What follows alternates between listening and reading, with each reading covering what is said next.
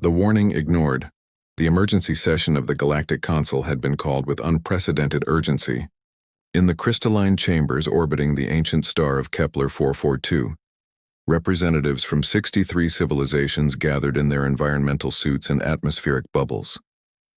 The topic of discussion was singular and controversial: humanity's sudden declaration of a forbidden zone spanning 12 star systems. Consul Prime Xerion floated in the center of the assembly, his translucent body pulsing with bioluminescent patterns that conveyed both authority and irritation. The Etherians had governed the Consul for 12,000 years, and never in their history had a species so young dared to make such demands. Humanity had achieved faster-than-light travel merely 4 centuries ago, barely a heartbeat in cosmic terms. The human ambassador's message played on repeat across the chamber's holographic displays. A middle-aged woman with graying hair and tired eyes spoke with unwavering determination. Her name was Admiral Rachel Morrison, and her words carried a weight that seemed disproportionate to humanity's standing in the galaxy. The message was simple yet absolute. Any vessel entering the designated Terran protection zone would be considered hostile and dealt with accordingly. No explanations were offered. No negotiations would be entertained. Ambassador Threktal of the Skarathi Empire rose from his position, his chitinous exoskeleton clicking with indignation. The Skarathi had conquered 1,000 worlds before humans had even discovered fire. His multiple eyes focused on the central podium as he spoke through his translator. The humans presume too much. They claim territory that belongs to no single species. Ancient trade routes pass through those systems. Mining rights have been established for millennia. What gives these newcomers the right to deny us passage? Murmurs of agreement rippled through the assembly like waves across a cosmic ocean. The Menthari delegation, beings of pure energy contained within mechanical shells, flickered in patterns that indicated their support. The Vorthak Confederacy, militaristic and proud, rattled their ceremonial weapons against their armor in a show of unified displeasure. Yet not all voices joined the chorus of outrage. In the upper tiers of the assembly, Ambassador Kriya of the Luminous Collective remained notably silent. Her species had traded with humanity for decades, exchanging technology for cultural artifacts. She had learned to read human behavior patterns, to understand the subtle nuances of their communication. Something about Admiral Morrison's message troubled her deeply. It wasn't arrogance she detected in the human's voice, but something far more disturbing: desperation, masked by duty. Consul Prime Xerion extended his tendrils, calling for order. The assembly quieted, though tension remained thick in the recycled atmosphere. Fellow representatives, we face an unprecedented situation. The humans have drawn a line in the stars and dared us not to cross it. This cannot stand. The freedom of navigation has been sacred since the first Consul Charter. We must investigate these claims and restore order to the affected systems. The vote was called, and the result was overwhelming. 58 civilizations voted to send an investigation fleet. 3 abstained, including the Luminous Collective. 2 voted against, the mysterious Void Touched, who rarely participated in Consul affairs, and surprisingly, the Ancient Preservers, whose crystal forms had witnessed the rise and fall of countless civilizations. Preparations began immediately. The Consul assembled its most impressive diplomatic fleet, a collection of vessels that represented the pinnacle of 63 civilizations' achievements. The flagship, Cosmic Harmony, stretched 15 kilometers from bow to stern, its hull adorned with the artistic contributions of member species. It was escorted by warships from the Skarathi Empire, science vessels from the Menthari, and swift scouts from the Avarian Federation. 3 days into their journey, as the fleet approached the boundary of the Terran protection zone, they received another transmission. This time it wasn't Admiral Morrison. A younger human appeared on their screens, his face drawn with exhaustion, his uniform bearing the insignia of something called the Sentinel Corps. Captain James Chen spoke with barely controlled emotion. Please, I'm begging you to reconsider. This isn't about territory or resources. We're not trying to insult the Consul or claim superiority. We're trying to protect you all. There are things in this universe that should remain undisturbed, doors that should never be opened.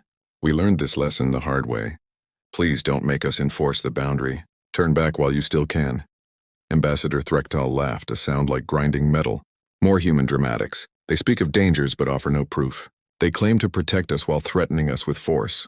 This is nothing but a bluff, an attempt to hide something valuable they've discovered. The fleet continued its approach. As they neared the invisible boundary of the Terran protection zone, their sensors began detecting anomalies. Gravitational fluctuations that didn't match any known phenomena. Energy signatures that seemed to exist in spectrums their instruments couldn't properly measure. Space itself seemed different here, as if reality had been stretched thin.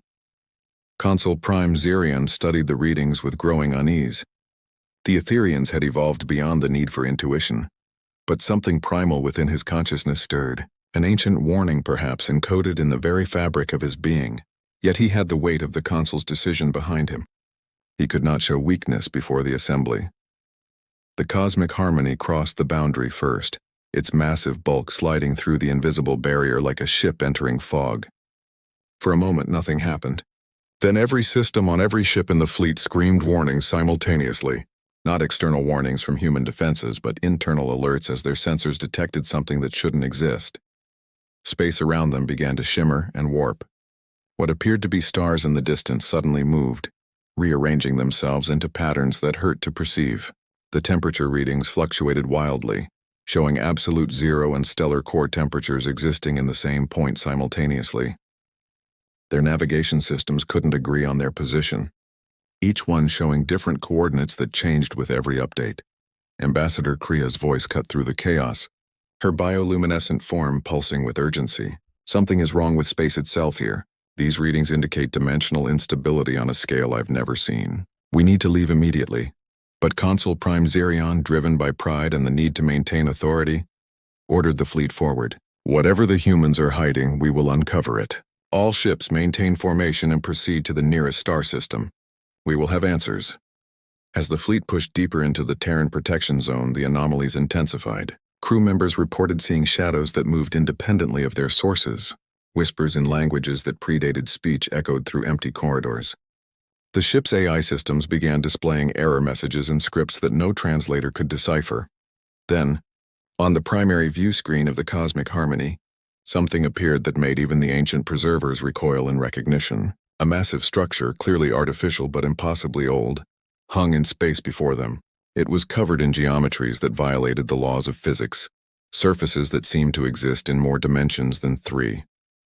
It pulsed with a dark energy that made looking at it feel like staring into the antithesis of existence itself.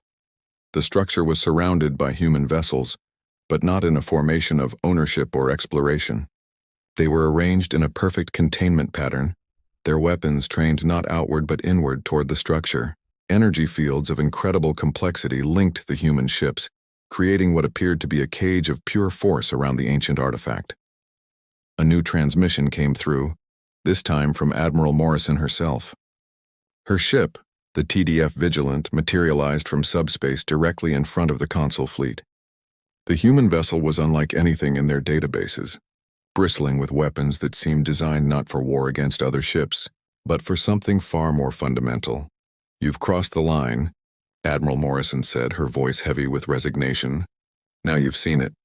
The thing that should never have been found. The thing we've spent the last 100 years learning to contain. You want to know what we're hiding?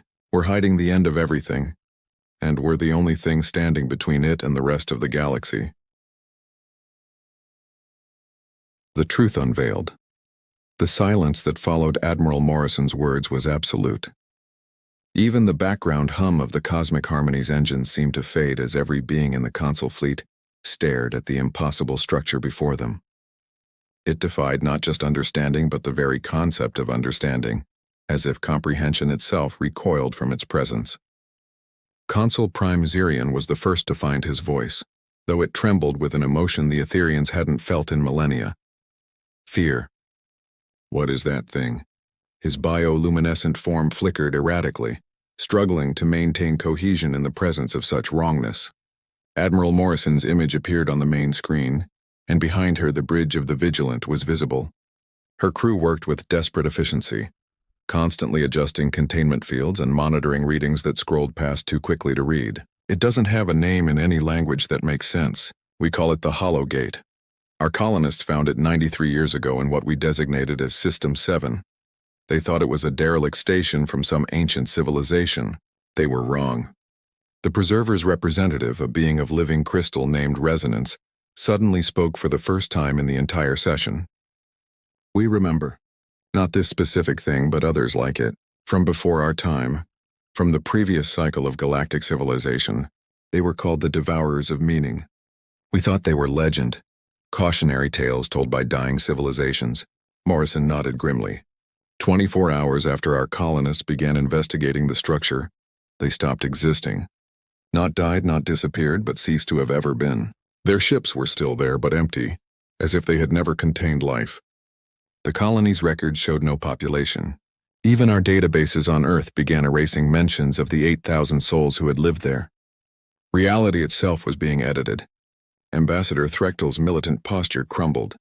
His species had faced countless enemies, but nothing like this. You're saying this thing erases existence itself?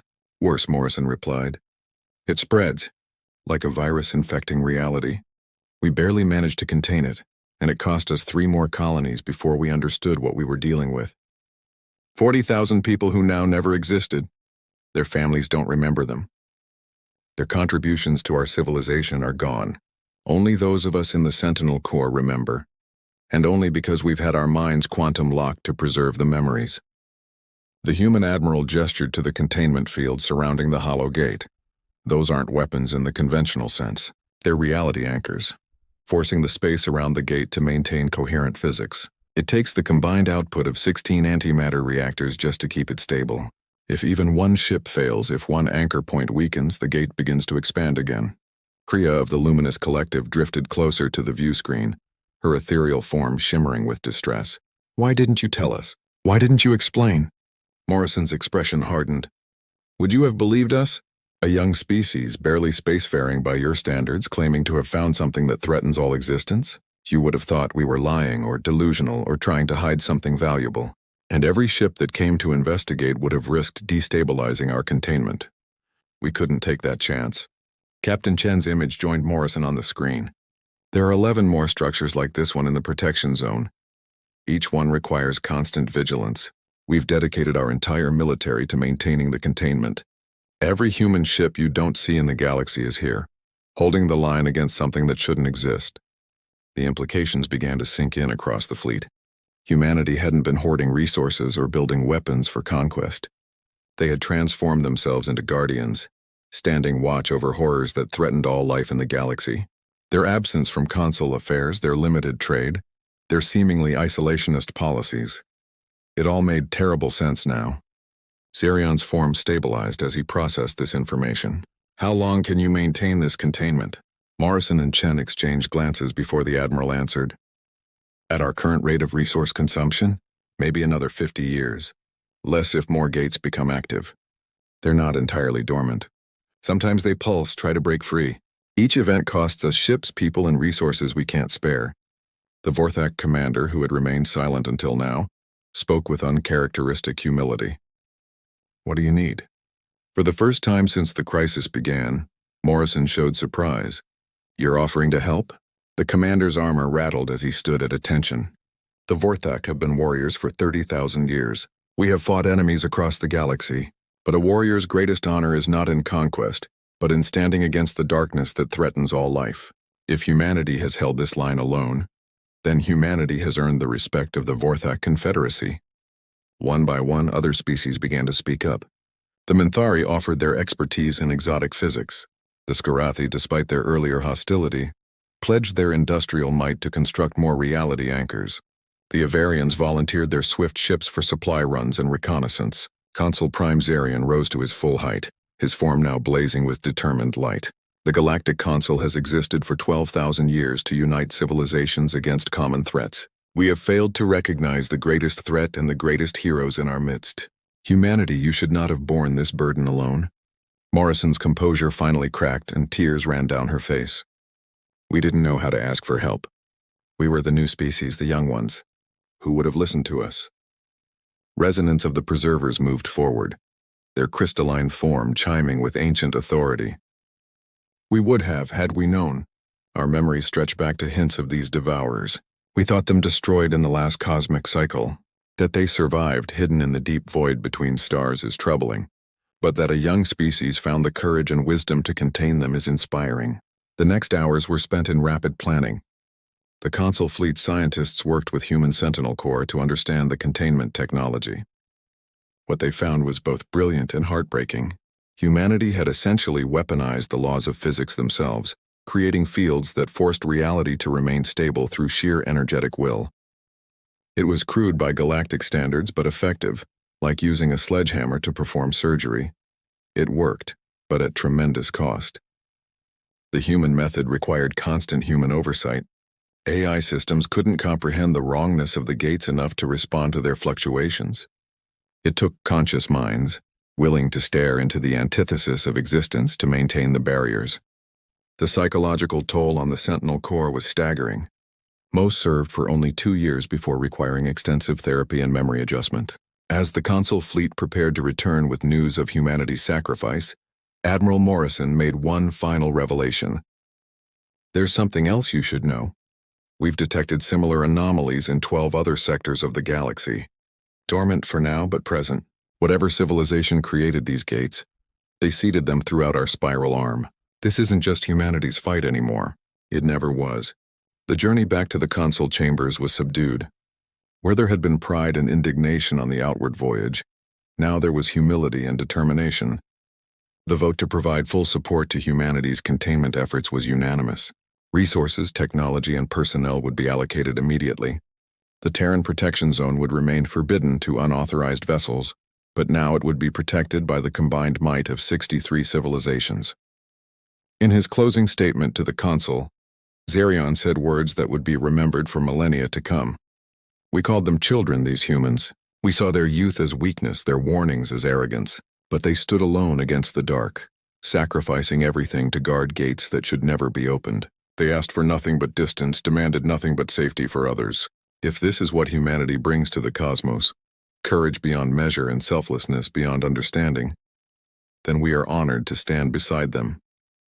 The humans had been warned to stay away from the gates, and they had not only ignored that warning but embraced the responsibility of guarding them. Now the galaxy understood that when humanity issues a warning, when they draw a line in the stars and say no further, it is not from pride or greed, but from a protective love that extends to all life, everywhere.